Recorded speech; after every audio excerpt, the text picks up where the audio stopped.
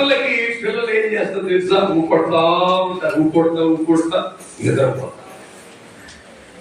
కానీ బైబిల్లో చెప్పబడ్డ యేసు ప్రభు యొక్క కథ మాత్రము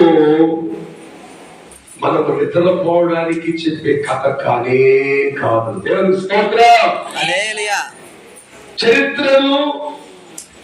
చరిత్ర పథములో, జీవితములో, మానవుని మనుగడలో మనిషిని మార్చగలిగినటువంటి, మనిషిని దీవించగలిగినటువంటి, మానవునికి రక్షణ కలిగించేటువంటి కుటుంబాలను, పట్టణాలను, దేశాలని, గృహాలను, పిల్లలను, యవనస్తులను, ప్రతి ఒక్కరి జీవితంలో కావలసినటువంటి వర్తమాన మెసేజ్ ప్రభువైన యేసుక్రీస్తు ద్వారా మనం పొందుకోవాలి.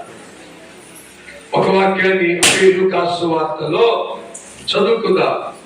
లూకా రాసిన సువార్త 2వ అధ్యాయంలో మనం చదువుతున్నట్లయితే చదువుకుందాం. 6వ వచనాన్ని 7వ వచనాన్ని కూడా చదువుకుందాం.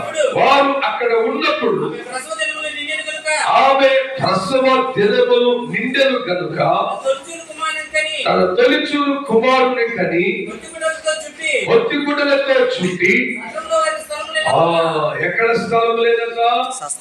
సత్రములో వారికి స్థలము లేనందున ఆయనను పశువుల తొట్టిలో, స్థలము లేనందున, స్థలము లేదా? అసలు దేవుని కుమారునికి, సృష్టికర్తకి లోకములో ఆయనకు చోటు దొరకలేదా? ఎంత కావాలి స్థలము? ఎంతటి మనిషికైనా ఎన్ని అడుగుల స్థలం కావాలంట? 6 అడుగుల స్థలం చెప్పాలా? యేసు ప్రభువు కూడా 6 అడుగులు కాదు, 6 అడుగులు, 6 అంగుళాలు గల హృదయంలో స్థలము లేదా? దేవుని స్తోత్రం. ఈ హృదయంలో, అందుకే ఈ సృష్టిలో, ఈ లోకమే నీవు మాకు ఇచ్చిన సత్యమయ్యా. ఈ సృష్టిలో, ఈ లోకమే నీవు మాకు ఇచ్చిన సత్యమయ్యా. ఆ సత్యములో యేసయ్యా నీకు స్థలమే దొరకలేదయ్యా.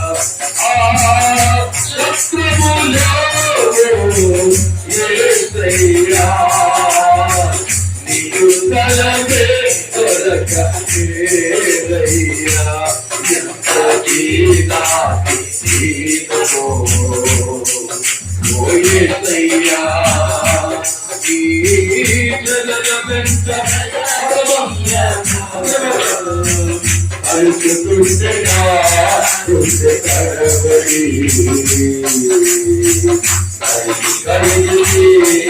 కూర్చున్నది. ఎంత జీవాది జీవో సత్రములో యేసయ్యా నీకు స్థలమే దొరక. శత్రువులో యేసయ్యా నీకు స్థలమే దొరక. ఏ సత్రము? అక్కడ ఆ సత్రము కాదు, ఇక్కడున్న ఈ సత్రము. దేవుని స్తోత్రం. గుండె కూడా ఒక సత్రమే. నీ హృదయము, నీ హృదయంలో అన్నిటికీ చోటు ఉంది కదా. నీ కుటుంబంలో, నీ జీవితంలో. అయితే యేసు ప్రభువు వారికి కొంచెము చోటు ఇవ్వలేవా?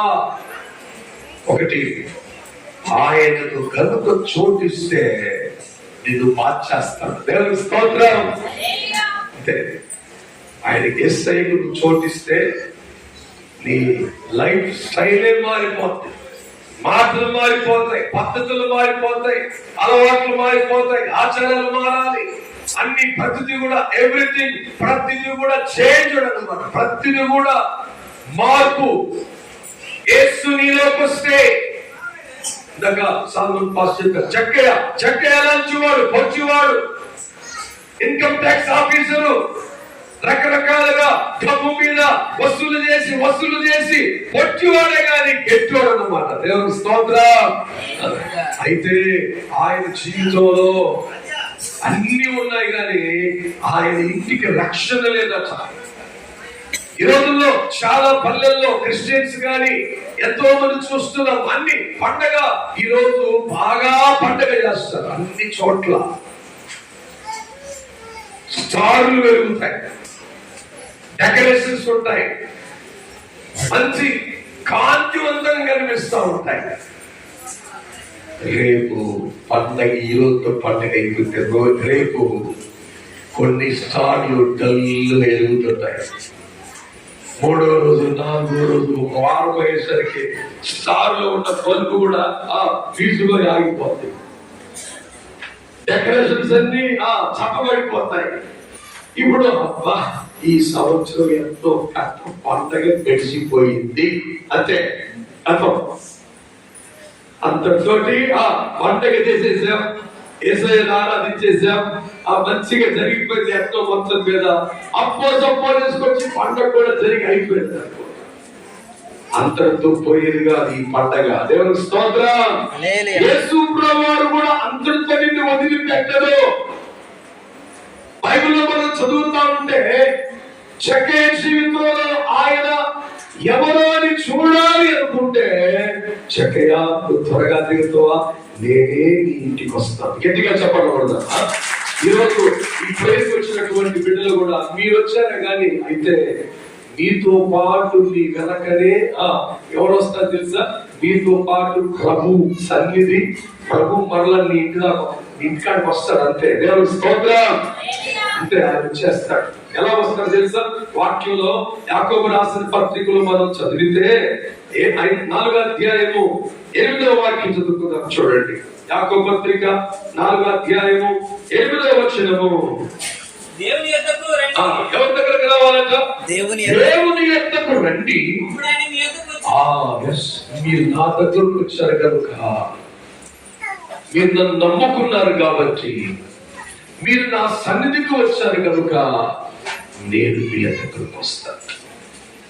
అందుకే యేసు ప్రభు క్రిస్మస్ పండుగ అంటే ఏంటి తెలుసా?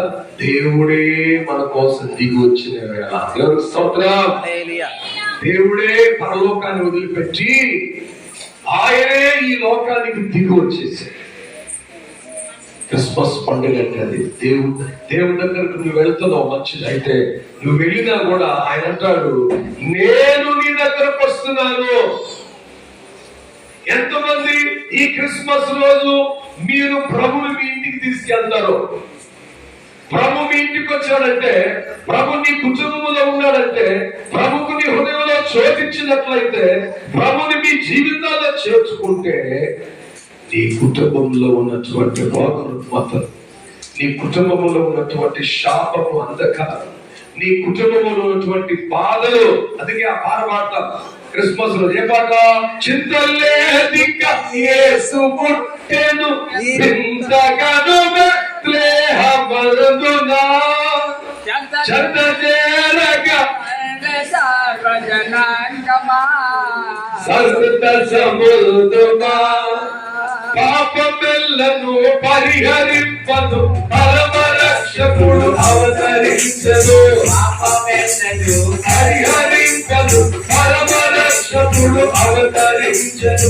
నాకు తేరినా అయ్యా, నాకు తేరినా అంతా, నాకు తేరినా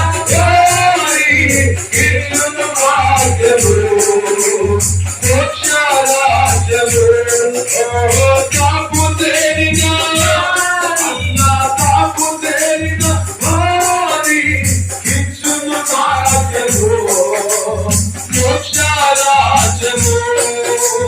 చింతలేదిగా మనకు, చింతలేదిగా నీకు, చింతలేదిగా యేసు పుట్టెను దేహమందు ముందుగా చెంత చేరగా కౌని సర్వజనాగమా కన్యక ముందుగా కన్యకత్వము నందు మొదలు కరుణగల రక్షకుడు క్రీస్తుడు కన్యకత్వము నందు మొదలు కరుణగల రక్షకుడు క్రీస్తుడు కన్నులకు పూర్ణాది వేగమే జీవులై సర్వమాతులై అయ్యా కన్నులమునకు అమ్మా కన్నులమునకు అయ్యి కన్నులమునకు కాని వేగమే జీవులై సర్వమాతులై ఓహో చింతలేదిగా మనకు చింతలేదిగా మనకు చింతలేదిగా యేసు పుట్టెను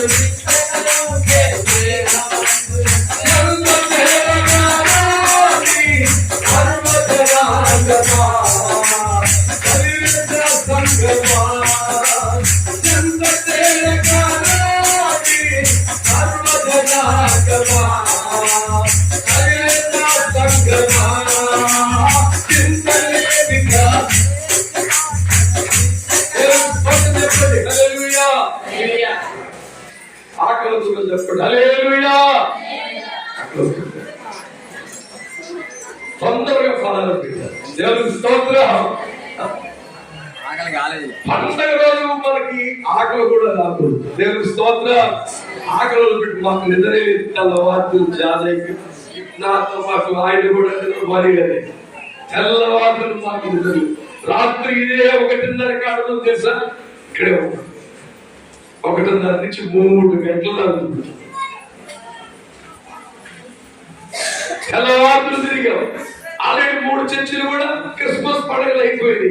ఫలాలు పంచుకొని ఒక చర్చిలో భోజనాలు చేసుకొని నాలుగు ఆరాధనలు మీతో ఉన్నా. దేవుని స్తోత్రం. అయితే ఎట్లుండాలి మీరు? చింతలేని అన్నప్పుడు సంతోషంగా కనపడాలి. హల్లెలూయా. వాక్యం చెప్తున్నా ఒక పక్క ఆయన తీసుకొచ్చిన సేవలు నాకంటే మంచి రంగు తీసుకొచ్చుకున్నట్టుంది. ఏ షాపు ఈ ఆలోచనలు ఉంటాయి. ఇట్లే క్రిస్మస్ పండుగ కంట బాగా చెరుగట్టుకుంటే వెనకాల కూర్చొని ఒక కంటో చేయాలి. ఇట్టంతా కంటే కథక్కడికి ఇచ్చేదంట. కథక్కడికి ఇచ్చేది రావులకి ఇచ్చేది అని ఆంధ్ర గురించి చూసిందంట. చూసి సంగతి తిరుగుతుంది. పోయిన పండుగ రోజు కడుపులో పెట్టుకుందంట. ఏమని నన్ను నేను ఏడకుండా పుచ్చుకుంటే నా షేర బాగుందని అతనికి కథక్కడికి ఇచ్చింది. ఓర్చుకోలేక ఇచ్చింది. సంగతి తెలుగుతానని మనసులో పెట్టుకుందంట. మళ్ళా క్రిస్మస్ పండుగ రోజు వచ్చిందంట. పాస్టర్ గారుని మనమందరం సహోదరులని ఎప్పుడు శకరించుకుంటా పోతున్నాం కదా. ఇవాళ మాత్రం కొంచెం ఉడకట కట్ చేసుకొని పవిత్రమైన ముద్దు పెట్టుకొని స్త్రీలకు పురుషులకు ఇచ్చేసుకొని సంతోషంగా వెళ్ళాలా. ఇచ్చినే ఆమె కడుపులో పెట్టుకో. ఆమె పళ్ళు కట్టెలాగా ఉండేట. దేవుని స్తోత్రం. ఎట్లా అట్లా ముద్దు పెట్టుకోమని అయ్యగారు ప్రార్థనంతా అయిపోతుంటే ఫలాలు తీసుకుంటూ అక్కని అక్కని ఒక మీద పోయి కక్కులు కొరికిందట. అతకత కోరికలకు అమ్మ కొరికింది. ఎందుకు ప్రేమ చూపించినట్టే ఉంటారు కొంతమంది. దేవుని స్తోత్రం. ప్రేమ చూపించినట్టే ఉంటారు. కథక్కులు కొరికిందట. పొలంటే కథక్కలు మాట ఉడతపడ్డాడు. ఏది కొరికినాడు నీకు. దేవుని స్తోత్రం. యేసు ప్రభు కడుపులో మన ఎవరు కూడా ఏ ఖర్చులు పండుగలో ఉంచుకోకూడదు. దేవుని స్తోత్రం. సమాధానంగా ఉండాలంట. ఏమని? సర్వోన్నతమైన స్థలములలో దేవునికి మహిమయు ఆయనకి ఇష్టమైన మనుషులకు భూమి మీద సమాధానం కలుగును. చెప్పగలుగుతారు. ఏ ఖర్చునా 16 తీసుకున్నా పోయేటప్పుడు మీరు జాగ్రత్త. ఒకరికొకరు మళ్ళా జాగ్రత్త. దేవుని స్తోత్రం. జాగ్రత్తగా పలకలేదు. కొంతమంది సకటించినట్టు చెయ్యి ఊచుతూ రావుతుంది. జాగ్రత్త. ప్రాణం లేని శరీరాలు ఉంటాయి. దేవునికి స్తోత్రం. దేవుని ప్రేమ ఎప్పుడు ఏముంటుందంట? దేవుని ప్రేమ ఎప్పుడు నిన్ను రక్షించే ప్రేమే. దేవుని స్తోత్రం. నిన్ను భక్షించే ప్రేమ కాదు. జక్కయ్య నువ్వు త్వరగా దిగు, నేను నీ ఇంటికి వస్తానంటే జక్కయ్య ప్రభుని సంతోషంగా ఆయనను తన ఇంట చేర్చుకొనెను. 2025లో నీ ఇంటికి యేసు ప్రభువారిని తీసుకుని వెళ్ళి ఈ 2025 ఈ పండగ ద్వారా నీ కుటుంబానికి క్షేమము, నీ కుటుంబానికి ఆశీర్వాదం, నీ బిడ్డలకి మంచి భవిష్యత్తు, నీ జీవితంలో సంతానం లేకపోయినా, వ్యాధితో బాధపడుతూ ఉన్నా, కష్ట నష్టాలలో ఉన్న యేసు ప్రభు ఎవరో తెలుసా? ఆయన నీకు సమాధానకర్తగా ఉండే దేవుడై ఉన్నాడు. హల్లెలూయా. యెషయా గ్రంథము 9వ అధ్యాయంలో మనం చదువుకున్న త్వరగా యెషయా గ్రంథము 9వ అధ్యాయము 7వ వచనం చదువుకుందాం.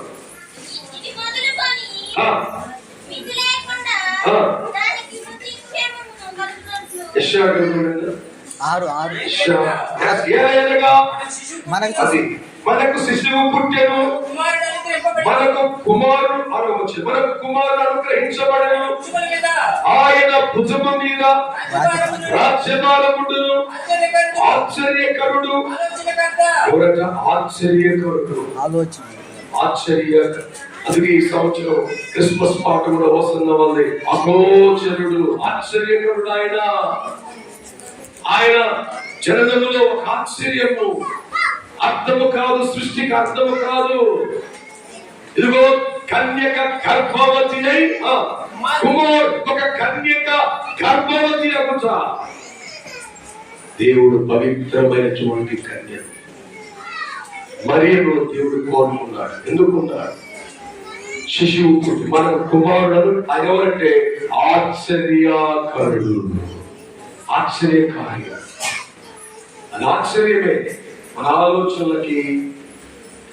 ఆలోచన చేసిన అందము. అందుకే ఆశ్చర్యకరుడు. తర్వాత ఆలోచనకర్త, బలవంతుడైన దేవుడు, నిత్యుడకు తండ్రి, సమాధాన కర్తయగు అధిపతి అని అతనికి పేరు పెట్టబడును. దేవుని స్తోత్రం. శంభుర సితారనాదముతో క్రీస్తును వేదనరాలుతూ కీర్తనలు తొడుగు ఉల్లాసదిగా స్వామికే శంభుర సితారనాదముతో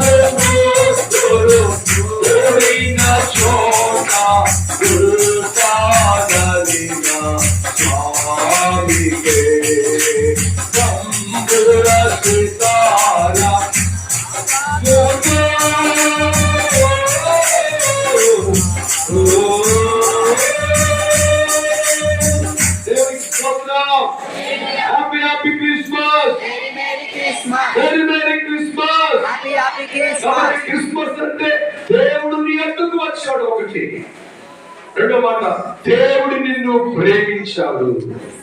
యోహాను సువార్త 3:16లో, యోహాను సువార్త 3:16 ఒక మాట చెప్పి నేను ముగిస్తాను. యోహాను సువార్త 3:16లో ఒకటి, క్రిస్మస్ అంటే దేవుడే నీ కోసం పుట్టాడు, వచ్చాడు.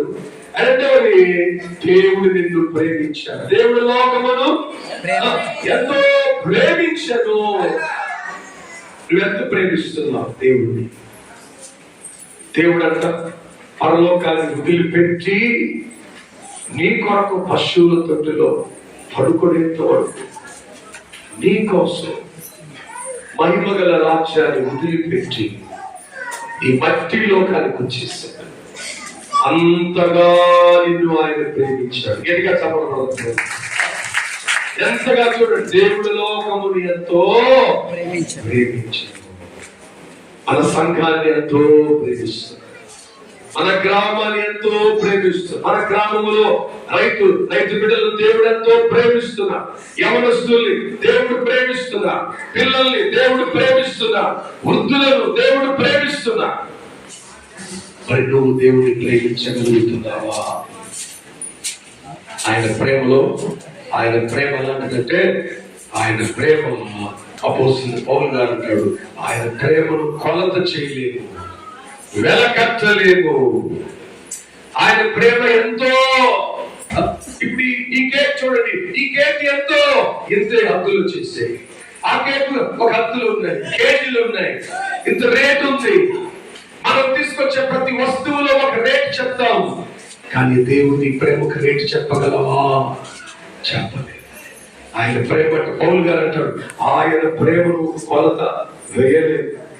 సముద్రం, ఆకాశం ఎంతో ఆయన ప్రేమ అవైపడతాడు. ఎంత మధురమో యేసుని ప్రేమ, ఎంత మధురమో నా యేసుని ప్రేమ. ప్రేమ ప్రేమ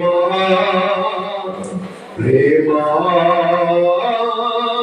ప్రేమ.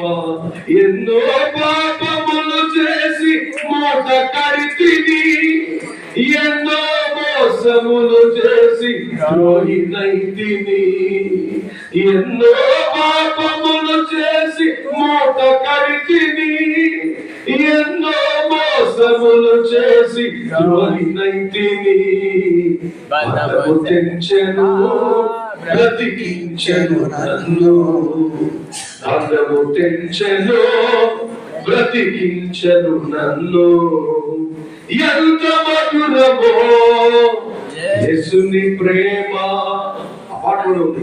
ఎన్నో పాపాలు మనిషి యొక్క శరీరంలో ఎన్నో రకరకాలైనటువంటి, కొన్నిసార్లు మన శరీరంలో మనకు తెలియకుండానే కొన్ని నేరాలు, కొన్ని ఘోరాలు, కొన్ని పాపలు.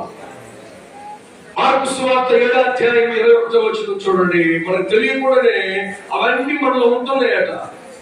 ఏ భేదము లేదు, అందరూ పాపములు. ఆ పాపములు తీసివేయడానికి, ఆ పాపాల కోసం సముద్ర స్నానము, నదుల స్నానము, ఏమి ఇంకొక మాట చెప్పి నేను ముగిస్తా. మార్కు సువార్త 7:21 చదువు గట్టిగా. లోపల హృదయములో నుండి, లోపల నుండి దురాలోచనలను, శాలత్వములను, దొంగతనములను, నరహత్యలను, వ్యభిచారములను, లోపములను,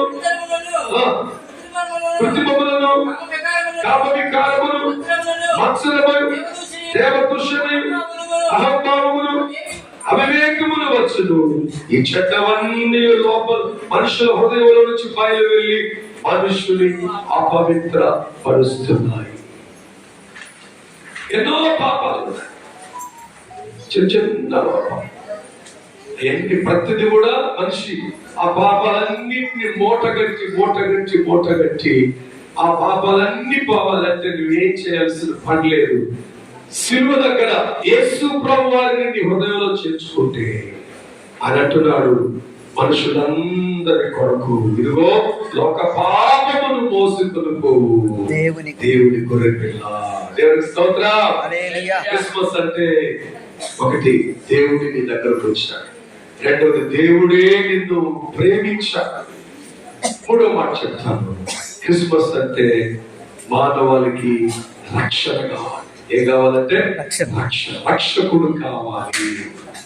మార్కు సువార్త 16వ అధ్యాయము 16వ వాక్యం చదువుకున్నా. మార్కు సువార్త 16వ అధ్యాయం 16వ వచనం. నమ్మి బాప్తిసం పొందినవాడు రక్షణ కావాలి. రక్షణ పొందావా? మనము రక్షణ లేకుండా ఎన్ని పండగలు చేసినా, రక్షణ లేకుండా ప్రార్థన చేసిన, పాటలు పాడినా, చందాలు ఇచ్చినా, లేకపోతే మనం రక్షణ లేకుండా ఎన్ని కార్యక్రమాలు చేసినా కూడా దేవుడు అంటాడు ఇంకా నీ హృదయంలో నాకు చోటు లేదు కదా, టికెట్ లేని ప్రయాణమే కదా.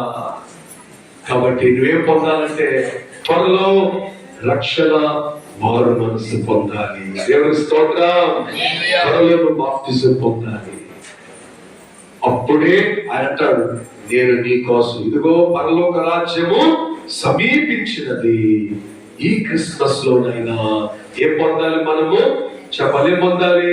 చర్చిని ఏ విధంగా ఇంటికి డెకరేషన్స్ చేసాము, యేసయ్యని హృదయంలో చేర్చుకోవడానికి ఈ హృదయంలో ఉన్నటువంటి పాత రోత అంతటిని తొలగించేసుకొని పరిశుద్ధుడైనటువంటి దేవుని నీ హృదయంలో చేర్చుకోవాలి. అడుగుతున్నాడు, నేను ఎంతసేపు నీ దగ్గర ఉంటే ఎంతసేపు నిలువబెట్టి యేసు రతని, ఎంతసేపు నిలువబెట్టి యేసు రతని, నాదా ఎంత దయతో పిలచుచున్నా ఇప్పుడు మిమ్ములను పాడతారు. హృదయమనేడు తలుపు